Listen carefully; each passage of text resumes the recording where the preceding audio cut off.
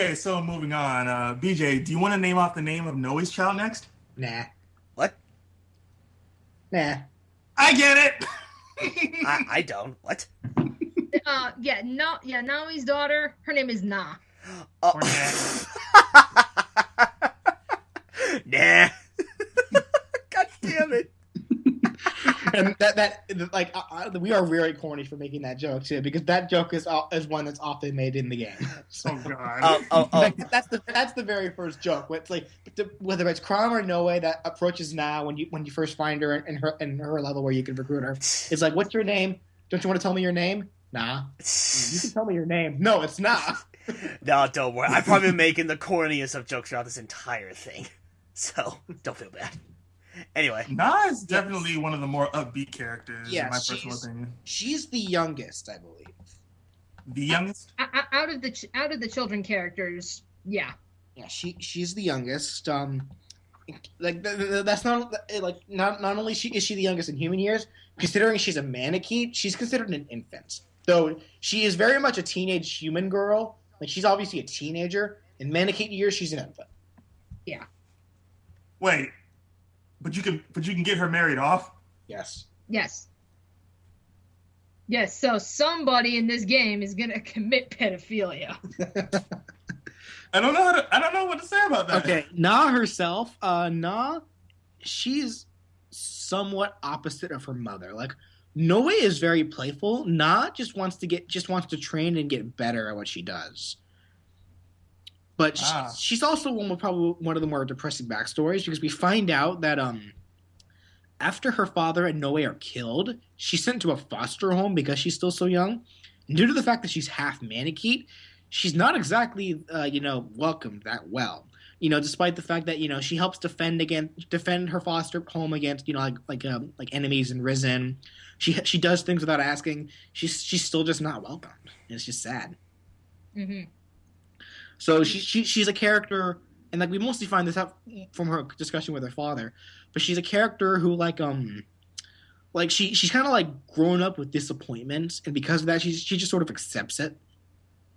Right, and plus she also kind of feels that she has a lot to live up to, because she's like, yeah, I can turn into a dragon, so there's a lot of things people expect out of me, but because she's so young, she's like, how the hell am I supposed to fulfill all these expectations? And then she goes and looks at her mom, and her mom is constantly playing around. Yeah.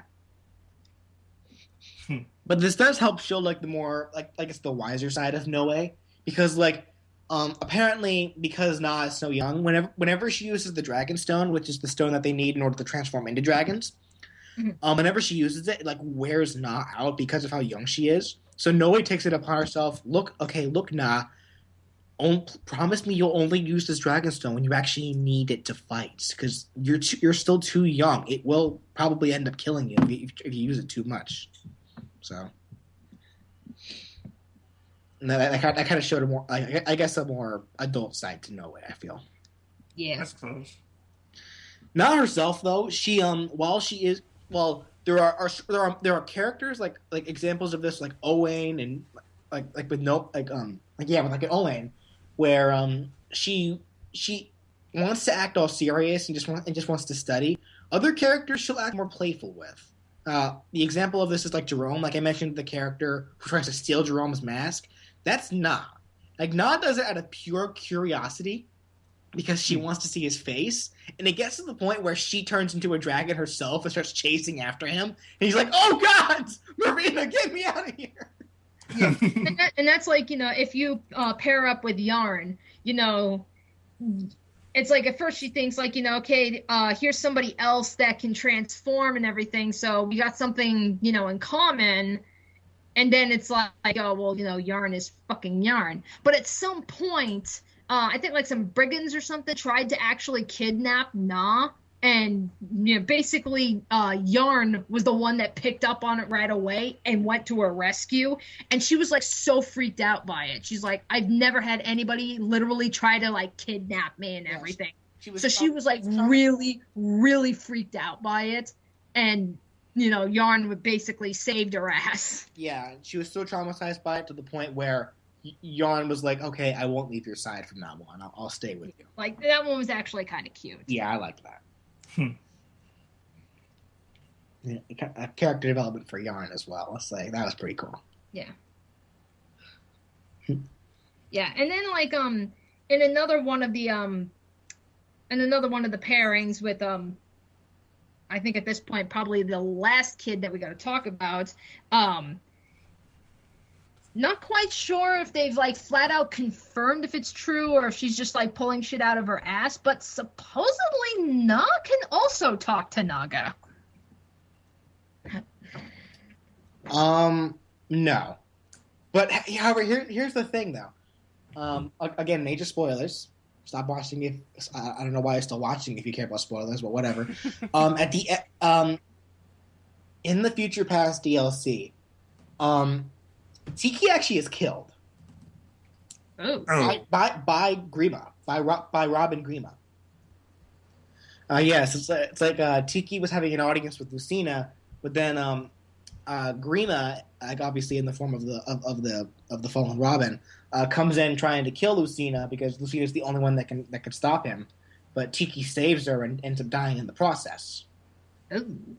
And as I'm sure you know, Danny, Naga is the one that calls in Crom to bring them to the future in order to help the children. Right. Apparently, during the final battle against Grima, right before the final blow is brought to Grima, Naga pulls out Crom and all of his cohorts, leaving the children there by themselves. Okay. I forget Naga's reason for doing this. We find out that, but then all of a sudden, while Crom is talking to Naga, like begging her to put him back in, Tiki shows up in that conversation and says, "I'm sorry, Naga, but your time is up. It's my turn to take your position." Essentially, Tiki takes Naga's place as the goddess. And then Tiki, with her power, essentially helps Lucina with the Falchion finish the final blow. Wow. Okay. And that's essentially what ends up saving the world. And it was a funny little plot twist too, because we see in the main story that only on that like holy hill where Naga is where we can do the exalted. Is where they can make the Falchion exalted. Well, actually, the real requirement for it was it actually just needed to be where the resting place of the goddess is. That's where Naga was, but Tiki was killed in the castle where they were fighting on, which makes that the new holy place. So they were able to do it there. So because of that, getting straight to the point after all the spoilers, essentially because Tiki, the voice, was now the new goddess, Na, being the only Nanakite left in the world, people started worshipping her as the new voice. Oh, okay. Na couldn't actually talk to people. Na couldn't actually do what Tiki was able to do, but she still exploited it and made people get her stuff. Oh, God.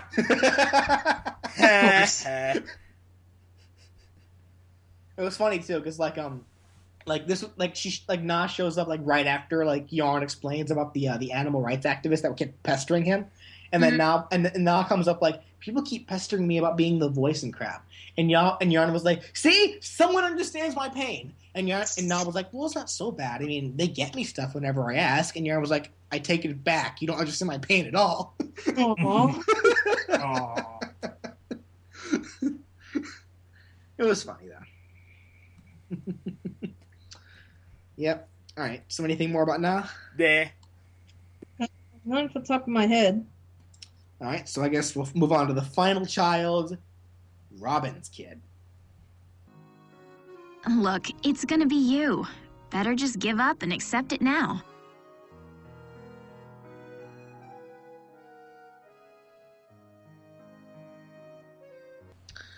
Yes, finally, the last child that you can recruit. This is actually Robin's kid, in a similar situation to Crom. This kid's name is Morgan, and just like Robin, depending on what Robin's gender is, Morgan's gender also is also determined by Robin's gender, but Morgan's gender will always be the opposite of Robin's. Okay. Also, if you're a guy, then the child will be a girl. Yes. Yes. Essentially, if you're a male Robin will always have a daughter, and female Robin will always have a son. But yeah, Morgan's pretty spunky. I like that about her. Yeah, Morgan is a lot like Robin, but just way more spunky. Yeah. Mm-hmm. There was a couple of things about Morgan that does confuse me, though. Like, for example, for whatever reason, Morgan also ended up with amnesia, and that one's never explained. Like, I don't. Yeah. Like, yeah, I agree. I don't think there is an explanation for it other than, oh, well, it's Robin's kid. But it's like, again, like, I don't know. Maybe it's a result of the time travel or whatever. And hell, I think even depending on the circumstances, there's speculation that the Morgan that you get isn't even from the same timeline as the other kids. This Morgan's from a different one. So it's like, you don't really get a whole lot of answers. That one's hard to say, Danny, because Morgan can end up with a sibling depending on who Robin marries, and the sibling talks about knowing Morgan in the future. That's what I'm saying. Together. Depending on the circumstances. Yeah, but I don't understand that one. That is kind of a weird one. But in any case, Morgan herself, she's dedicated. He or she essentially wants to be a great tactician like their mother or father. So, yeah, mother/father. And they're willing to study, they're willing to do anything in order to live up to their expectations. Okay. Yes. But unlike Robin, Morgan is definitely a lot more playful. He or she tries to play a lot of pranks, a lot of tricks. She'll laugh a lot. Like, I know, like, she can have a support with a Ningo, where a Ningo tries asking her out, and her first reaction is like, wait a second, am I being flirted with? Am I being hit on? What's this, Ningo? Yeah. Oh, You know what's a funny one? We hook up Morgan with Yarn. Oh, how did that one go? I don't think I've done that. Like, oh, she constantly teases him. Oh, I'm sure. Yeah, she's like, transform into a bunny so I can ride on your back. Can I pull on your ears? Can I pull on your fur? And he's like, get this thing away from me. She's all it's also pretty fun with Laurent, because like we see Morgan like stacking all of like Laurent's books like a castle, and Laurent gets upset with her about it. So yeah, she can be pretty funny. Here she. There is a confusing case with Morgan though, because in the Future Past DLC, Morgan's there, but actually both he and she are enemies. And it's really confusing, because it's like in the first mission you have to fight and kill the male Morgan. The second mission you have to fight and kill the female Morgan. So both genders are there, and they're both named Morgan. And they're both tragic, because they're both essentially confused kids who are just dedicated to their father or mother, who is now being possessed by Grima, mind you. Boy, that one, I don't like Morgan overall. His or her continuity is just overall confusing. Yeah. As a character, he or she's not. They're nice, like, But there's not much else I guess we can say it. Like, I will say, Morgan, like, besides Robin, Morgan is the only other child or the only other love partner for Jerome that will make him take off his mask. Oh, really? Oh, okay. That was actually the first occasion where I saw Jerome's face, because, like, I ended up marrying Jerome to Morgan. He took off his mask. That was the first time I saw his face, and I just went on the Skype, Jerome took off his mask! I see his face!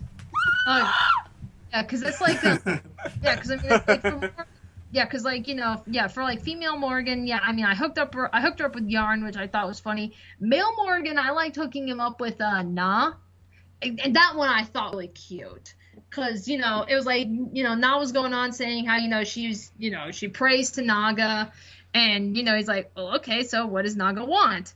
And I think he was saying, like, he's like, oh, Naga wants this flower, but, you can't find it anywhere. Well, Morgan happens to find it. So he gives her the flower and everything, and it's like, and she's like really, really touched by it. So, you know, I think Na is the one that actually asks him or something. I think. And then, you know, when they accept, he goes, so what does Naga say about our relationship? She's like, okay, hang on, let me ask. She says, go get a room. Well, Morgan and Na are the two youngest, so I suppose. Yeah. Whereas, like, duh. That's cute. All right. So, anything else more about Morgan, or? Yeah, Morgan is a confusing little bugger, but god damn it, we love him and her. Yeah. Also, it's a she-male. Shut up. All right, so I guess that covers all. That's our cue to go on to. Yes, that actually covers all of the children. So I guess that's Right. Okay. Next up, we may as well go on with the 6 optional characters that you can only obtain at the very end of the game via Street Pass. Right. All right then. Okay, yes. These 6 characters, all of them with the exception of 1, these are all characters who supposedly are killed when along the main plot of the story, but somehow survive and they end up playable at the very end of the game. The first case of this being a character named Gangrel, who is actually the very first villain you encounter, and by far the biggest asshole. Oh my god! I wanted to fuck this guy up so good, and it felt so satisfying when I did. Yeah, I did. Survived. That was like, god fucking damn it! Whoa, easy there. You know what? I feel for BJ sentiments right there because I felt the exact same way about him. It's like, why are you still alive? I knocked something off the couch. Good idea. Because I hate you, BJ. Okay, let's go ahead and get into my very justified rage. Gangrel is this should be fun. Forced anger. He's the very first threat of the first 11 chapters. Essentially, he's the Mad King of the he was the Mad King of the neighboring country Plagia.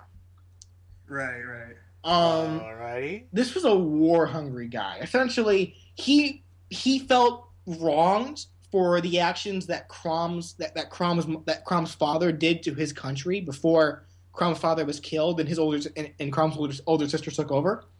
So, in Grangel's eyes, everybody is a beast. He felt the need, and he wanted to start a war with Elise.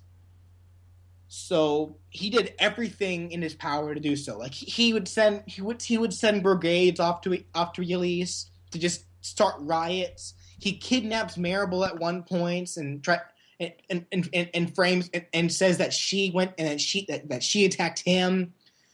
It's just like, oh my god! And then what he does to Crom's older sister, kidnaps her, and fucking hell. Basically, Jesus. with instigating the war and everything, basically Crom's family has access to the Fire Emblem, and he initially kidnaps. He takes Crom's sister. And he's basically saying, okay, I will trade her for the Fire Emblem. No, not Crom's sister, Maribel. But he does this with Emmeryn too, because he's got the Fire Emblem. Oh yeah, her. That's right, I forgot. Yeah, he does this with Emmeryn, and it doesn't matter whether you choose for Crom to give it up or not. You end up with the same result. Basically, the sister decides, in order to keep the Fire Emblem out of his hands and keep Crom from having to make such a difficult decision, she pretty much commits suicide, and Gangrel just completely revels in it. Oh my gosh. Can we skip this guy? I mean, when you do recruit him, you find out he somehow survived it. He somehow survived Crom stabbing him in the face. And he ends up just as a lowly guy in a brigade, and you can recruit him. And Robin slowly kind of helps him out. Mm-hmm. But it's also interesting because at that point, like you said, this is before you do I think the final map. So by this point, most of the story has already come and gone. So when Crom meets him again, Crom's like, I still don't like you, but God damn it, I need your help. So even in that battle, you have to get Crom to talk to the guy like 3 times before you can recruit him. Because Gangrel's all just like, yeah, I'm going to keep fighting you. And Crom is like, no, we've got a bigger threat here. We should be joining forces. Yeah. Yeah. So essentially, Gangrel is just a piece of shit, and I don't like him at all.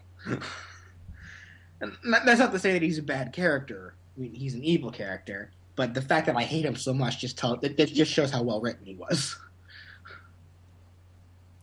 Let's just move on.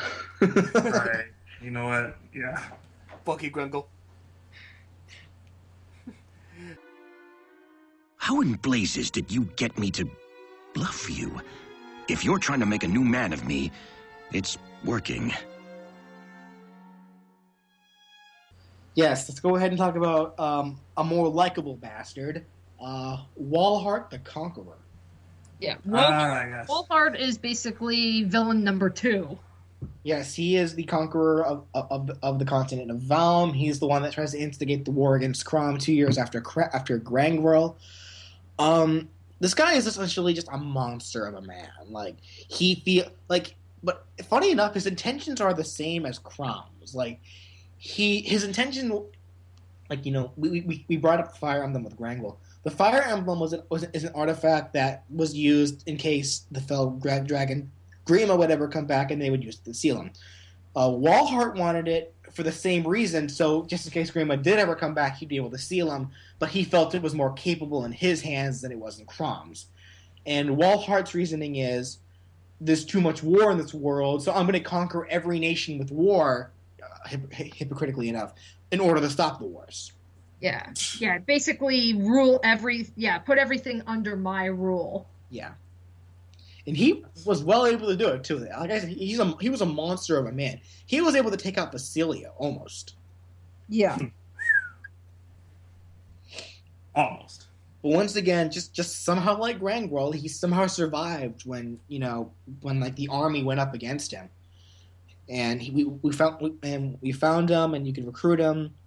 And I did like his conversation between him and Robin. The common thing between all 6 of these characters are they can only be supported with Robin. And I did like the conversation they had because it talks about Gangrel questioning Robin's methods, with ultimately when you ultimately find out that Gangrel was actually Walhart's. You ultimately find out that Walhart was just testing Robin's confidence. Because overall, Walhart was pretty much from the start believed in Robin's cause, and his reasoning for this was, you beat me, which means you obviously have the better cause. So, right. Mm-hmm. Yeah, pretty much everything he knows is battle. Yeah, but at the same time, just like before, like we mentioned with Sully, he recognized his strengths. So when you beat him, he became a very understanding guy. Mm-hmm. So he's not bloodthirsty or anything. He just what he wants is peace. He'll just use war to get it. Yeah. Right. Okay. All right. So let's go ahead and move on to the hard miracle. With you at my side, the path to glory shall be an easier one. Let us become as gods of strength and happiness. Yes. All right. Danny, earlier, we throughout most of this commentary, we brought up Crom and Lys's older sister, and just recently, Danny finally revealed her name to be Emmeryn. Yeah, it's mostly just because Emmeryn really only plays a part at the very beginning of the game. I mean, like I said, she does die, but it's very, very early on, so it's like... Yeah, but here's the thing, though. It's kind of the thing.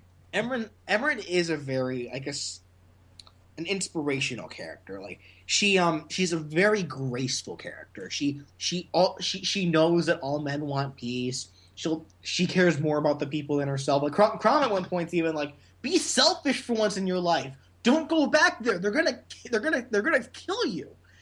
And it's it eventually gets to the point where, Gangrel does kidnap Emmeryn, and essentially puts her on a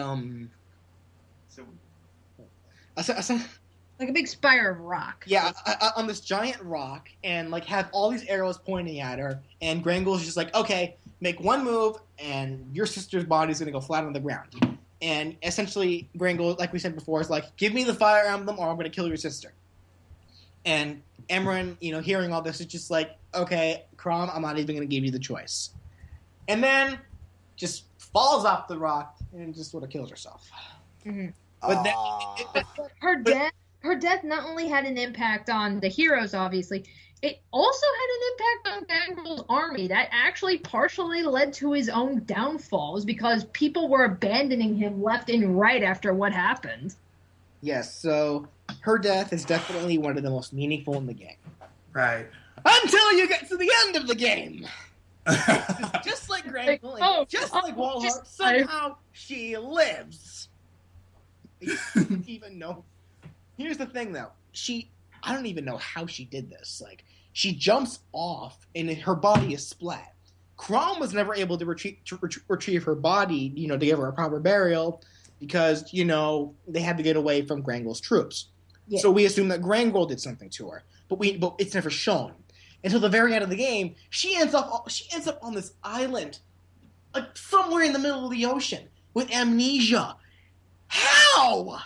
Yeah, it's like, again, that one's never ever explained. Why not? Like, obviously, Crom and Liz, like, everyone see her, and they're just sitting here going, "What was Emmeryn? What happened? What are you?" Yeah, she can barely speak. She's partially brain damaged. She has just a major case of amnesia. It's really just depressing and sad. But it's like, why? Why? She had this meaningful death, and they ruined it by making her live? Like, I can understand, she's alive. It's cool. It's happy. She's alive. But why? It's the same shit with Shadow the Hedgehog. Why'd they bring him back? Oh my gosh. Who is this Maria? It got to the point where, the moment I found out that Emmeryn lives and you can recruit her as a playable character, it got to that point where every time I replay the story and see that scene again where she commits suicide by jumping off that giant rock, the first thing that always comes to my mind is, and I did this to Russell the first time he played, and he didn't even know about any of this.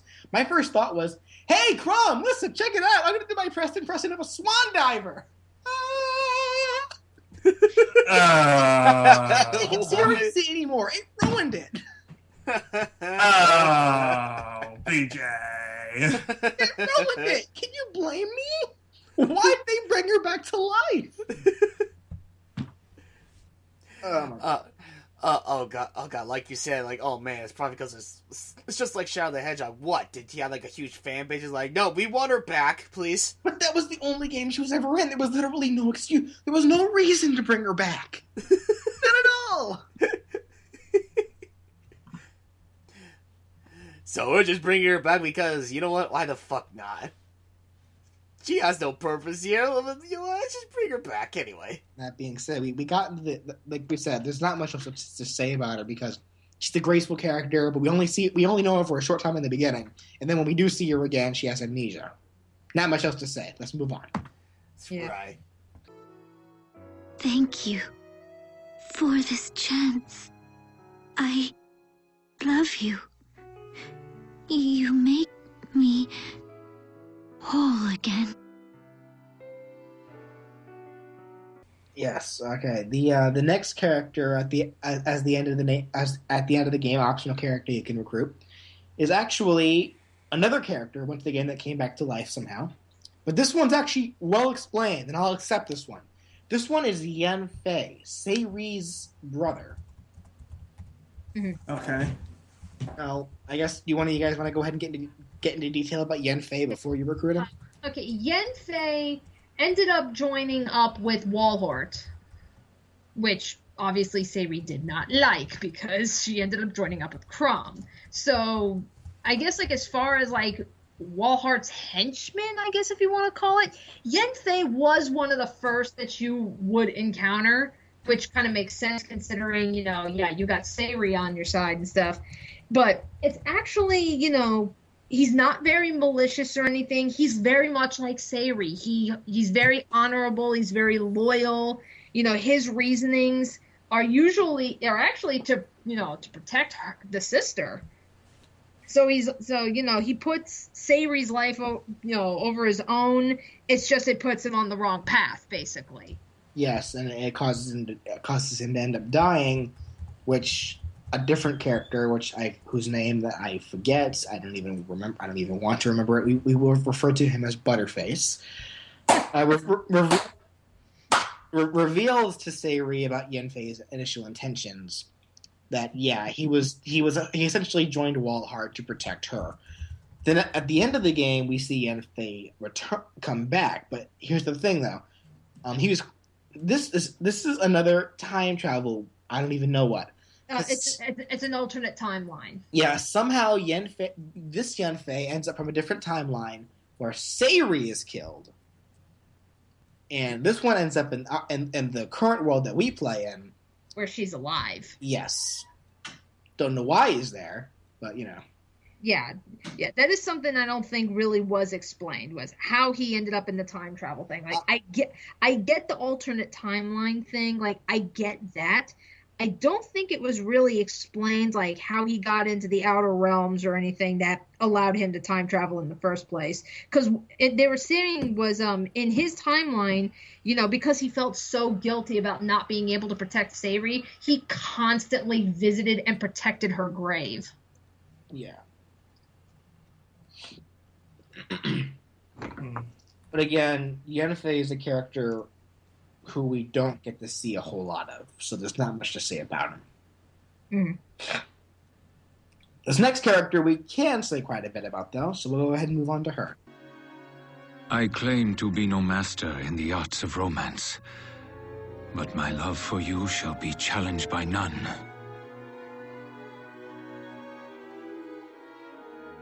Yes, this is the last character that you can recruit, who is a character who supposedly died and then came back. This one is named Aversa, and she's an interesting one. Yeah, Aversa was introduced very early on in the game, like originally as like Gangrel's right-hand man, and then he kind of gets his ass kicked. So then she ends up becoming like the right-hand man or woman to villain number 3, who ends up being the main antagonist overall. Sort of. Besides Grima. Even that guy. Well, okay, anyway. Aversa is an interesting one. She's just as ruthless, just as deadly. She's essentially just a worshiper of Grima who we find out actually is kind of tragic. She's actually a partial amnesiac because apparently Validar, I believe his name was. Yeah. Yeah, Validar, the main villain, who's also, by the way, Robin's father, he kidnaps her as a child and I believe erases her memory to think that she was abandoned, and essentially took her in as his own, even though he kidnapped her. Yeah. Essentially rose her up to be a follower of Grima, made her really ruthless, made her very deadly, and when you enter the level where if you beat it, you can recruit her. She finds that out, and it's just like, well, fuck. So that was interesting enough. Yeah. That being said, she's also the most intimate of the characters, I find. Really?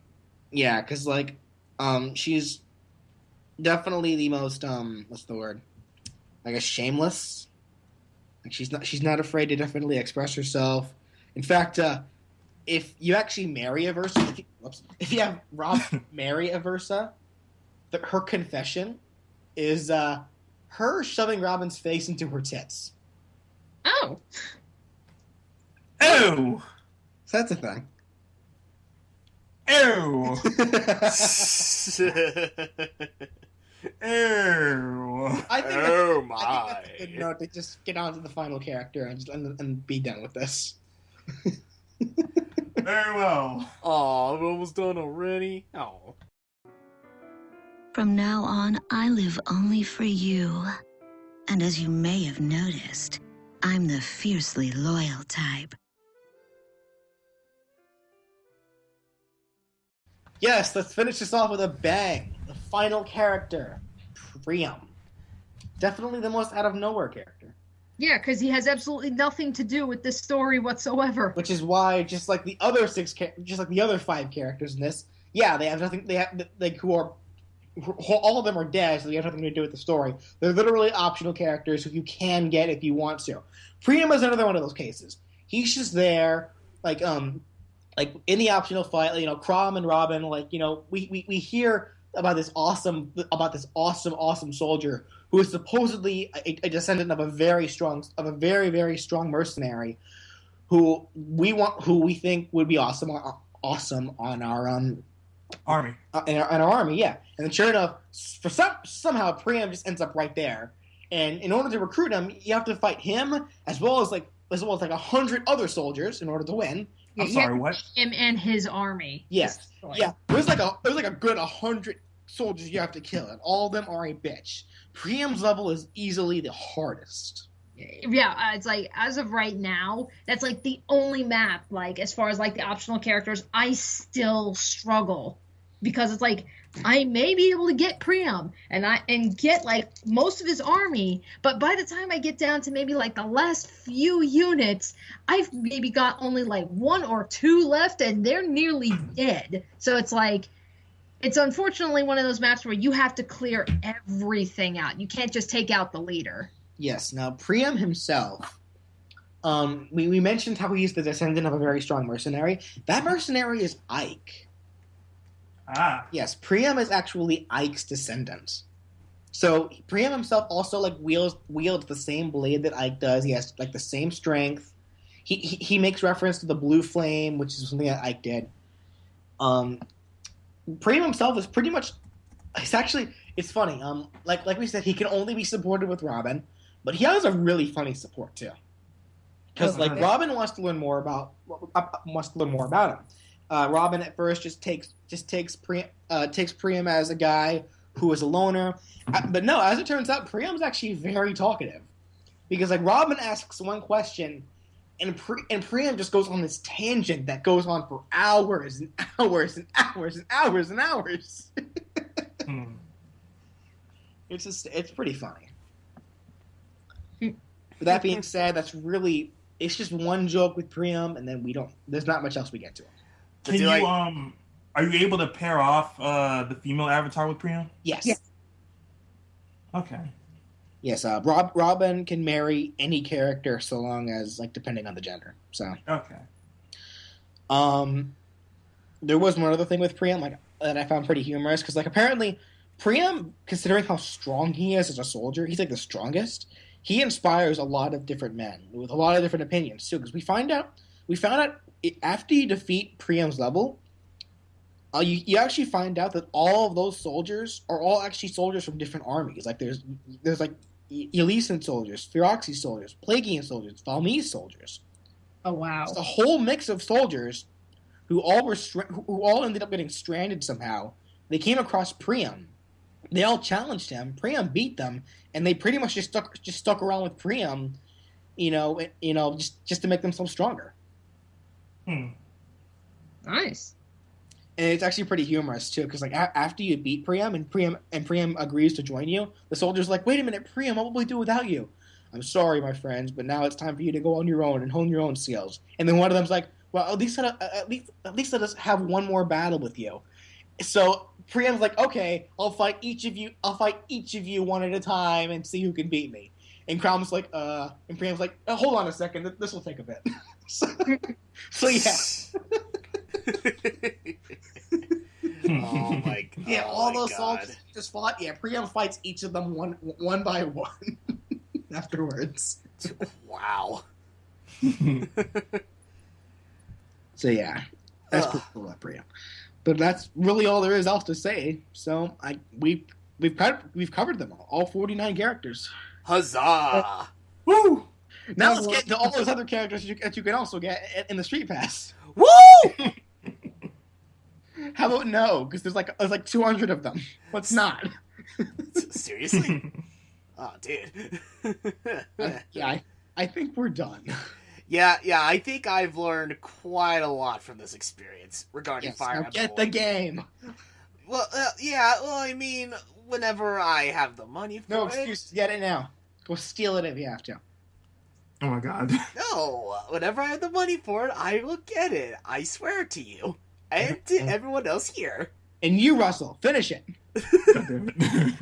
Yeah, you see, he has no excuse. He has the game, he hasn't beaten it. Why aren't you getting on his ass more? Because I still have the game. You don't. Are you all ready to go to bed?